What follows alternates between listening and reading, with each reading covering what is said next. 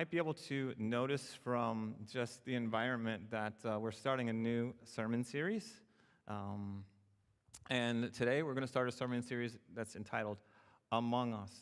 And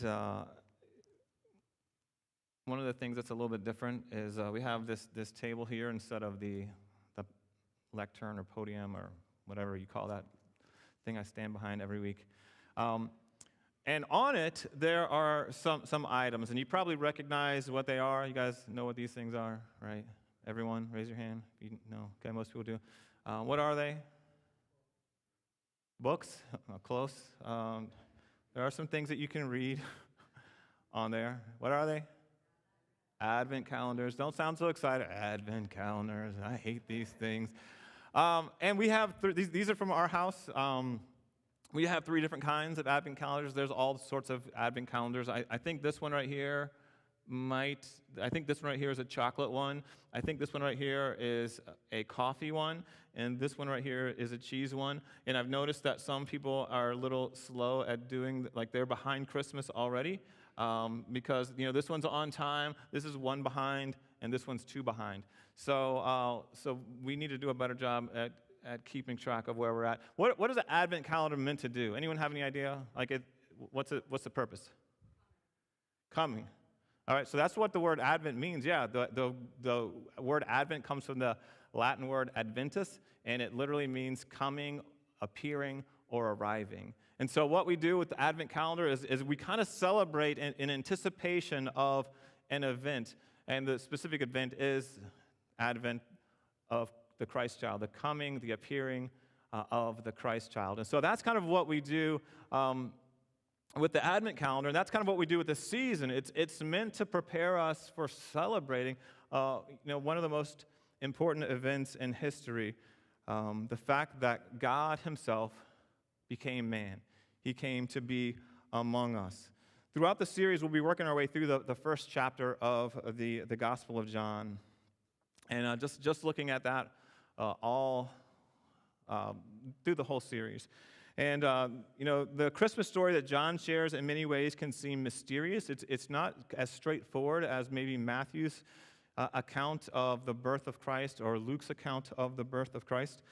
His is a little bit different in nature, which is, I guess, typical of John, being one of being the non-synoptic gospel, the one that's kind of different than the other 3 in his approach. But I think when it comes to celebrating Christmas, though, we kind of we do it every year, and we kind of focus on it for, sometimes 2 months. I know right before, or maybe right after Halloween, people are playing Christmas music already. I mean, it's like really early, and the stores change out early, like in end of October. Definitely by November, all their Christmas stuff is out. And some people actually they jump on getting ready for Christmas really early, and so it's something that becomes familiar to us. But some of that mystery of Christmas is missed. It becomes familiar, and we kind of see the commercial side of Christmas, and we fail to see the mysterious or the powerful side that we are intended to really celebrate. And so this morning, as we start the sermon series, I want to focus on something that may not be something that we think about too often when we reflect on the Christmas story, and that is the origin of Jesus Christ as Messiah. And explaining this concept is kind of hard because it's outside of the typical, outside of the norm, and there's nothing on earth we can compare it to. Oftentimes we try to use different analogies to help people understand like what we're talking about when we're talking about the incarnation, which we'll focus more on next week. But today we want to talk about just the origin of Jesus Christ as Messiah. And one example that several years ago I heard a lot for several years in a row, and it's kind of dated now, granted, but it is from pop culture, and it does kind of explain some aspects of Christ as Messiah. It kind of portrays it, but it does pale in comparison. Maybe you're familiar with the story or the movie The Matrix. Anyone seen that? A few people have seen it? Okay, you've seen The Matrix, some of you. For those of you who haven't, I know probably there are some of you who haven't seen The Matrix, but the Matrix is kind of a futuristic story. The main character in the story is a guy named Neo, and that actually is the Greek word, literally the Greek word for new, all right? And so this guy, Neo, he is kind of given a messianic role in the movie. And I'm not going to take time to explain the whole movie. I'm not even necessarily recommending everyone to go watch the movie. I'm just saying, in the movie, he's given this messianic role. And essentially what he does is he at one point in the movie, he recognizes that the human race is enslaved. All right, unbeknownst to them. And, even that one aspect of the movie depicting the true nature of the world, I think is really true. Like, a lot of the world does not understand that we are, apart from Christ, are enslaved to sin. All right, and so it depicts like humanity, unbeknownst to them, are enslaved by these machines, and there's this false reality that they're living in called the Matrix. And so Neo is kind of freed from that bondage, and so he wants to go and rescue humanity, basically. He wants to kind of be the Messiah of humanity, freeing them from this false world, freeing them from being enslaved by these machines. And to do that, like later on, near the end of the movie, he literally has to die so he can come back more powerful in the Matrix. And, and so as the movie goes on, he dies, he comes back more powerful, he's able to overcome the ghost in the machine, I guess. I'm not sure how to describe it to you if you haven't seen it. But he's able to free humanities by kind of breaking the matrix, or breaking the perception of what is real and what's not real. But when we're using the matrix to explain certain aspects of what a Messiah is, it does a pretty good job at explaining like what a Messiah is, coming to rescue someone else. But there are aspects of, trying to depict who Jesus was as a Messiah, it fails miserably. Because in the Matrix, Neo's origin is exactly the same as everyone else's. Like, Neo is an individual, he's a human who was enslaved by the machines. He just came to know this truth about his situation, and he wanted to do something about it. Jesus' origin is completely different. His origin is not like yours and mine. He wasn't simply born here and became aware of a situation and wanted to help out. Jesus' origin was from of old. We're going to see that in a passage of Scripture. Jesus was the actual Messiah, and it was completely opposite with him. Like, he came from heaven. His origin wasn't from earth, and he was able to make a difference in the real world, where I guess Neo kind of focused on some digital reality that he was helping out. And so this morning, I want to look at, we're going to start with Micah chapter 5, verse 2. We're just going to glance at that, and then we're going to spend the rest of our time basically in John chapter 1, verses 1 through 5. And so if you want to have your Bibles open, you can turn to Micah 5:2 for briefly, and then skip ahead to John, where we're going to be. But in Micah chapter 5, verse 2, it explains like this difference. And you may not think it's significant, but the origin of the Messiah is completely different than anyone else who ever lived. And Micah explains it this way. This is Micah recording God's prophetic words. He writes this. He says, "But you, Bethlehem Ephrathah, through you are, though you are small among the clans of Judah, out of you will come for me one who will be ruler over Israel." And then he says, "whose origins are from old, from ancient times." When you dig a little deeper and realize that the Hebrew word, it's nitzchi, I can't do that guttural very well. Nitzchi is the Hebrew word there, which in this passage is translated ancient times, is frequently translated in other places as everlasting or eternal. And so in Micah 5:2, it could be translated, out of you will be a ruler, or out of you will come for me a ruler over Israel, whose origins are from old, from everlasting. And Micah's pointing to the eternal nature of the Messiah.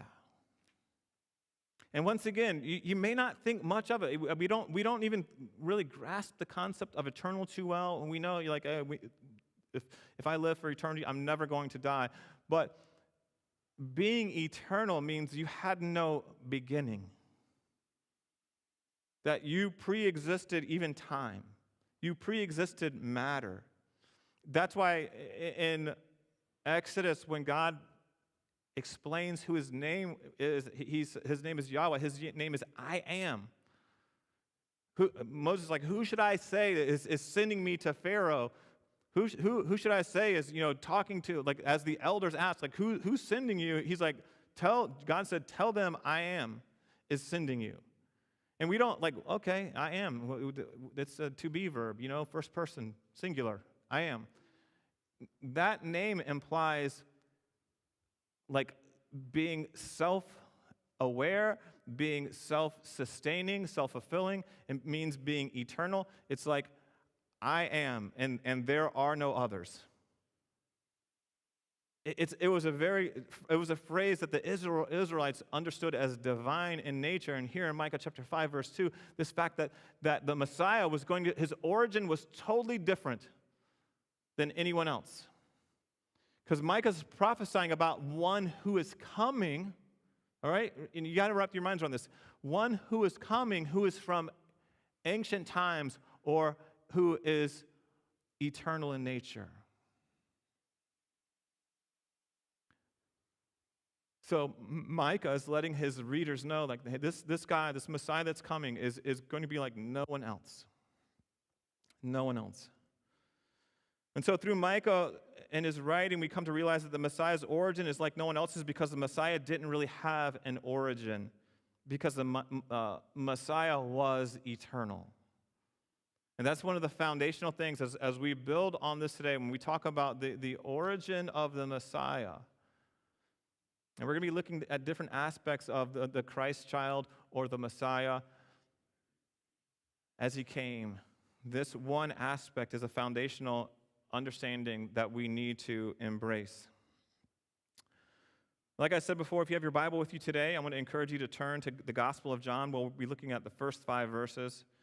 And in this passage, John is making a profound statement, in an assertion that we need to focus on. That is, since the very beginning of time, and even before time, there was an entity in existence known as the Word, and this entity was not only with God, but was God. And then if we were to keep reading in John chapter 1, if we skip down to verse 14, and we'll be looking at this specifically next week, we're going to see that this Word became flesh and made his dwelling among us. And so let's just take a moment to read John's words here in John chapter 1, verses 1 through 5, and we're going to kind of move through it relatively quickly this morning. It says this, John writes, "In the beginning was the Word, and the Word was with God, and the Word was God. He was with God in the beginning. Through him, all things were made. Without him, nothing was made that has been made. In him was life, and that life was the light of all mankind. The light shines in the darkness, and the darkness has not overcome it." And so as we work our way through this passage this morning, I want to look at it from 3 perspectives, all right? I just want to work, and we're going to go over the same 5 verses, but I want to look at these verses from 3 perspectives. One, I want to look at the message. Secondly, I want us to look at the parallel that is used within this verse that's being revealed in the Old Testament. And then thirdly, and finally, I want us to look at the choice that this passage is leading us to make. So we'll look at the message, the parallel, and then the choice. And so let's start with looking at the message that's being communicated in this passage. Now, John, as he gets started in this section, he doesn't immediately identify who he's writing about or who he's referring to, other than referencing this word. But in the first 5 verses here of John, John identifies 3 significant qualities that the word has. All right, and so I want to look at those 3 qualities. Quality number 1 is found in John chapter 1, verses 1 and 2. And we learn there that the word is both eternal and divine. All right, we learned that the word is both eternal and divine. John writes this, "In the beginning was the Word, and the Word was with God." And here John reveals that the Word was a distinctive person or a distinctive individual from God. The Word was with God. And so the Word is distinctive. And at this point, we don't even know that it's an individual, I guess. I kind of skipped ahead to a latter part where he identifies that. But we learn that the Word is distinctive from God. The Word was with God. If something is with me, it means it's not me. All right? Like, this table is with me. Or something better would be like if Mary and I were having a meeting, Mary would be with me, okay? She would be like in my presence. She's not me, and I'm not her. And I know I'm probably spending a little bit too much time on this, but it's important to know because of the next phrase. All right? So that first one, the Word was with God, reveals in no uncertain terms that the Word is distinctive from God. But then John goes, and this is where kind of the mystery of Christmas and the mystery of John's writing is building, because we have the luxury of having read this time and time again and studied it, and probably you've heard multiple sermons about it. I know I've talked about it many times, and maybe you've been in Bible studies or you've studied yourself and you've done devotions about this. And so we're very familiar with this concept, but put yourself in the place of a first century reader who's reading John's gospel for the first time, or maybe someone who's unchurched, who has never grown up in church, or someone who's never even heard of Jesus, and they're reading it for the first time. Like this gospel, this guy's writing about a book, and it's supposed to be about Jesus, and he starts, in the beginning was the Word. No idea kind of what it means, but he goes on to say the Word was with God, and the next phrase he uses, the Word was God. So not only was the Word distinctive from God, John also points out that the Word was in very essence God. So he was distinctive from God, or it was distinctive from God at this point. It is also part of God. And so, when some people try to explain this passage and they don't want to acknowledge the deity of Jesus, sometimes they make reference to this word being some kind of thought or some kind of statement that God made. The Word was with God. God made this statement, and it's separate from Him, but because He said it, it's part of Him, and they try to explain it away that way. But John does not give us the luxury of that translation, of that understanding, because as he continues, he uses a pronoun he, which means, hey, this is an individual, this is a person, this isn't some abstract thought or some, focused statement. He says, in the beginning was the Word, and the Word was with God, the Word was God. He was with God in the beginning. So John points out that he is writing about someone who is both eternal and divine in nature. The second quality we find in John chapter 1, verse 3, where John writes, and what he's writing about is the Word is the creator of all things, all right? This individual who is with God and was God, who is both,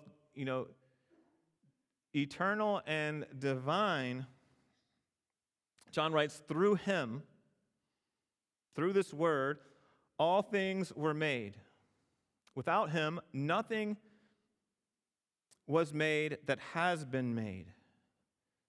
So I don't want to spend a lot of time here just talking about this. It's simply John points out that all creation, all things were made. Without him, nothing was made that has been made. All creation, without exception, was brought into existence through this one individual, through the Word. Then the third quality we see is in verses 4 and 5, we learn that the Word is the giver of life and purpose. And John writes, in him was life. That is, life had its origin in him.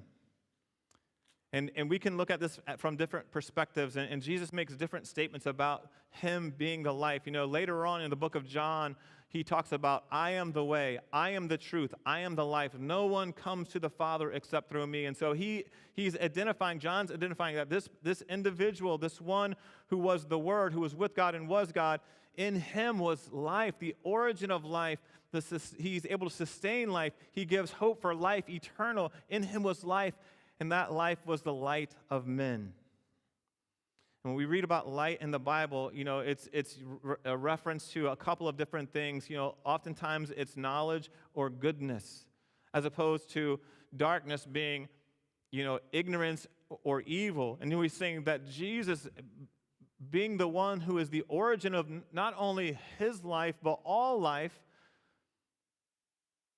because he is the origin or the creator of life, he also has the ability and maybe even the responsibility to define what life is all about. Like, who better than the creator of something to determine what it was created for? I actually do have a lot of different tools, but very rarely do I know where all my tools are at because I don't put them away like I should. I used to blame all my kids because they would help me, and they still do help me, but I used to believe my own misguided thoughts that the reason my tools are scattered all over like both garages and never where they're supposed to be, I used to think the kids were messing with them and moving them around, and then the reality hit me not too long ago. No, it's just you never put your stuff away, and that's why they're scattered. And so what that means to me is, like, when I need a specific tool, I could spend 40 minutes looking for that specific tool, or I could just use, like, whatever, like, I could use this screwdriver, this flathead screwdriver. It's big enough, I could use it as a chisel. Maybe it doesn't work as well, but it will work. I can make it work. I can redefine what a tool should be used for, but the creator of that tool, it determines the intent it was used for, the real definition of what it was designed for. Same thing with, like, sometimes I'm using a pneumatic. What is it called? Those little that shoots the staples in, or with a compressor on it. Just a nail gun. Yeah, I can use a nail gun, and I don't. The pressure's not high enough, so it doesn't get all in. I could go spend 10 minutes looking for a hammer, or I could just use my nail gun as a hammer too. It's probably not really good. Just turn around and redefining it. In life, that's what we do. We look at ourselves. We look at our situation. We redefine who we are, not based on what God designed us, how God designed us, or what God's intent was. We were all created by God, knit together in our mother's wombs, it says. And that God has a purpose for us, and He has assigned things, He has prepared things in advance for us to do, but we look outside of that.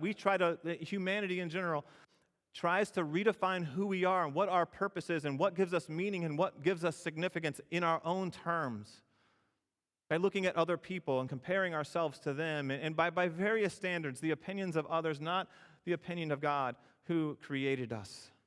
The Bible talks about how, God is the one who's fashioned us, who shaped us. Doesn't He have the authority to create us for specific uses and purposes? But sometimes we're not satisfied with that. Sometimes we don't like what God designed us for. Ultimately, to honor Him and glorify Him with our lives. We don't want to embrace that. And so people pursue other things.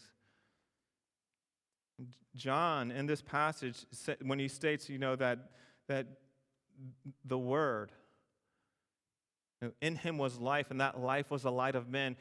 His definition, His life became the light, giving us understanding about true life, what true purpose, what true significance is all about.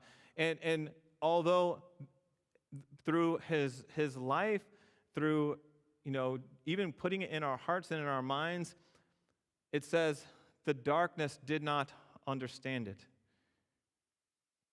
In Him was life, and the life was the light of men. The light shines in the darkness. And He talks about how the darkness couldn't overcome it. Now, I think that's an important phrase, that the darkness couldn't overcome it, because, like I said, the world doesn't want to embrace much of the world, and sometimes Christians in the church don't really want to embrace what God's will is for their life. They want to redefine it on their own. They want to talk about what's priority, and they want to redefine several aspects of who they are. All right? So that's a reality. And so sometimes we think, maybe the world thinks that, if we're loud enough or if we're aggressive enough, then we can quiet the message, God's message for who people should be, who we as individuals should be. I love the analogy that John uses here. Like, the light shines in the darkness, and the darkness couldn't overcome it. It couldn't overpower it, or couldn't quiet it. And I was thinking about, like, I love going into caves. I love just like hiking. I love being in nature. I love going into caves. And every cave tour, every cavern tour I've ever been on, they always take you down to this one spot, like the lowest point in the cavern. Maybe you've experienced this, and they turn out all the lights. All right. And so at first there's like little, like, if you close your eyes, you can see like little things like light flashing. It's kind of like your mind trying to compensate from going from a light environment to a soft environment or dark environment. And you think that it's called like phantom lights. You think you see light, but the guy's like, there's literally no light right here. And so they leave the light off for 30 seconds, a minute, 2 minutes, 3 minutes, and then your eyes begin to adjust, and it's like total darkness. And you hold your hand like literally an inch in front of your face. You cannot see your hand. Like, you start going like this, and like you can hit yourself because like you can't see an inch in front of your face. And in that time, if someone were to like take out their cell phone or take out a lighter and light it up, it literally explodes in the darkness. Like, the darkness has no ability to like compress or hold back the light. I asked someone this past week, like, what, like, if we had like a cell, just as simple, I don't have my cell phone with me, I was supposed to grab one. We have a cell phone, and everyone has probably a smartphone that has a flashlight. In the right environment, like in total darkness, when there's not like pollution in the air, like, that light can be seen for like 2 to 3 miles. And we think about Jesus came into a world that was against him, that wanted to silence him, that didn't want his truth being expressed at all. And just as a light cannot be bound or contained by darkness, Jesus, being the life and being the light of the world, couldn't be contained, couldn't be overcome by the darkness around him. So once again, we can see that John points out that there is someone, this word that he's referring to, that is both the giver of life and of purpose. Like, his definition is what we should be concerned about, because he's the origin of life. He can define what life is all about. So although John doesn't specifically identify who the Word was yet, he has pointed out some specific qualities that help us understand the significance of the Word as an individual. So let's just quickly move to the second thought I want to look at, and that's I want to look at the parallel that's being created in the passage. And this is so significant. Like, once again, it's something that you've probably heard, we've probably talked about here before. Maybe you've done a Bible study on it. If you're doing like a devotion that deals with Christmas and dealing with John, you've definitely read about it. But the parallel is so powerful. And it's to bolster the message that we just heard about the significance of the Word. John decides to use language that parallels Genesis chapter 1, verse 1. When God inspired Moses to write Genesis 1:1, just explaining the scene of creation, Moses wrote, "In the beginning, God created the heavens and the earth. Now, using this tried and true opening, like every Hebrew, every Israelite knew this. Like they had this passage and much more of the Bible memorized. They knew in the beginning, that's how Genesis 1:1 starts. They knew specifically it was referring to creation. They knew in the beginning, God. There was nothing else. In the beginning was just God. And so as John begins his gospel, he uses the same phrasing, in the beginning, quoting exactly from Genesis 1:1. But instead of referencing God with the Hebrew word Elohim, or the general word for God, John kind of expounds on the idea of who this God was. Not just a general reference, in the beginning, God, nothing else existed, only God, Elohim, this general name for God, not even the specific name. Moses doesn't even use Yahweh, God's specific name. He uses this general term for God because God is all that existed at that point. John kind of takes that idea of in the beginning God and he expands it by saying, in the beginning was the Word.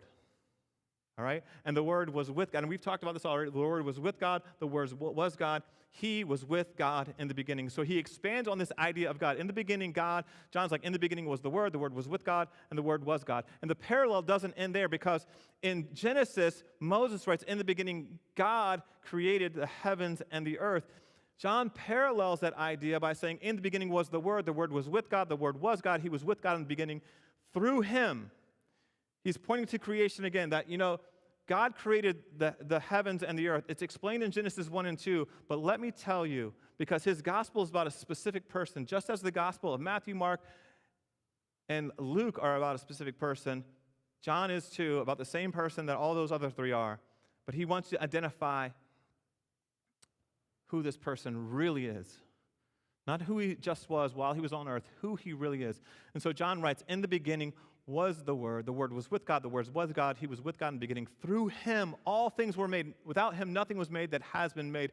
And so he parallels the teaching of Moses in his own gospel to help people understand that the God that the people of Israel worshiped in the Old Testament, Jesus is from and is that same God today.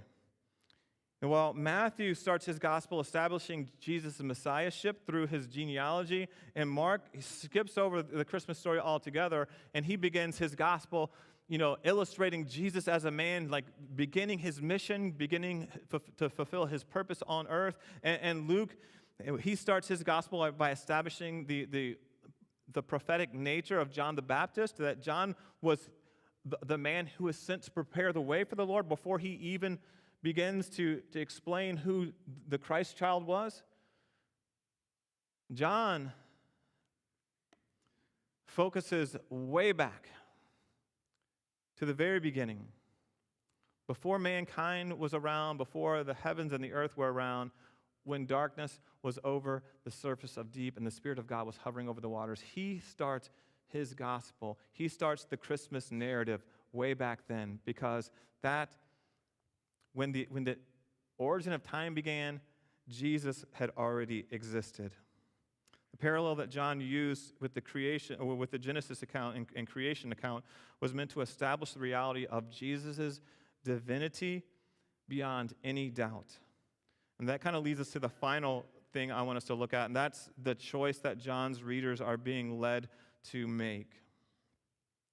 For those individuals who sit on the fence when it comes to the divinity of Jesus, it's important to understand the case that John's making here. John wasn't beating around the bush, and he wasn't trying to downplay Jesus' divinity at all. In this passage, John begins his gospel by presenting us with such strong statements and assertions that his readers are forced to choose. Do we believe the Word was God, or do we deny that reality, that truth?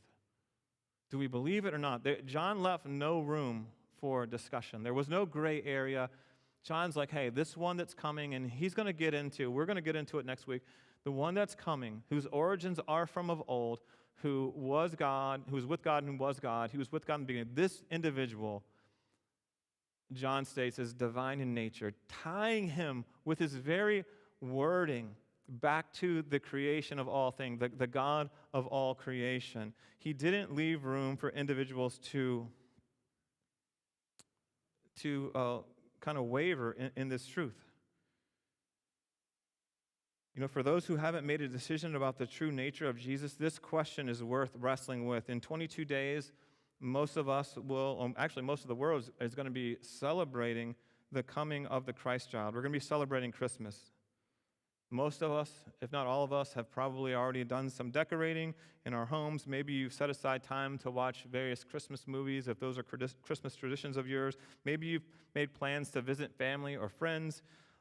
Maybe you've set aside time to go shopping for others. Like all of those things are part of our Christmas traditions now. We've kind of bought into those things, and we hold on to those things because the joy it brings us ourselves and the joy it brings others. And maybe those things help remind us of why Jesus came. But let me ask you, what is it all for? Like if all those things are just to bring joy to ourselves or joy to others and fail to recognize who Jesus is and why he came, is it really worth us doing? If it's just a cultural tradition that we or others have bought into, and there's nothing deeper, and there's nothing behind the Christmas trees that we set up, and there's nothing behind the gifts that we exchange, and nothing behind the dinners that we celebrate together, what difference does it make? I just want to invite the praise team up, and I want you to ask I want to ask you a couple questions that I'm going to encourage you to wrestle with as we close and as we leave here today. And the first question is this: do you believe that the God who created the world entered the world and offered himself as the greatest gift ever given? Do you believe that? To believe that, you have to believe Jesus is who John says he is. Because if Jesus was just another man, if his origins were just like our own, even if he lived a perfect life, he couldn't pay the price for my sins or for your sins or for the sins of the world. It's the fact that he is God, the Creator, who willingly came and became a part of creation that he created. And in his perfect life, he became a perfect sacrifice to pay a penalty only he could pay. And as we think about that, maybe you've embraced that idea in your own life. Maybe you're like, hey, I understand who Jesus is. I understand that he is of old. He's eternal in nature. I understand that he came from God, and he was God, and he was both God and man, and he lived and he died to sacrifice himself for me. I get that. I embrace that. I praise God for that. But you know what? We live in a world where either people reject that or they don't know that. And honestly, we can't force people to accept a gift if we have a gift for them. Let me tell you something. We spend a lot of time worrying about the gifts that we give other people. You know, are they going to like the gift? You know, are they going to use the gift? And as followers of Christ, my hope and my prayer is that as we enter this time of year, I hope it extends throughout the year and throughout our lives, but my hope and prayer is that during this time of year where we're focused on the coming of the Christ child and we understand why he came and the significance of his life and his death and his resurrection and the hope that he can provide for those who receive the gift that he's offering. I hope and pray that we worry, not necessarily worry, but we pray, we're concerned more about the spiritual gift that we can offer people than the physical gifts. The physical gifts that we give will brighten someone's day for, a day sometimes, a week maybe, a month, a year, maybe part of their whole human existence. If we get that perfect gift, maybe it will bring them joy until they die. The gift that Jesus is offering doesn't end when we die. The gift that he's offering, the one that we can communicate to others, is a gift that lasts for eternity. And my hope and prayer is that we will constantly be focused on how we can share that gift with other people.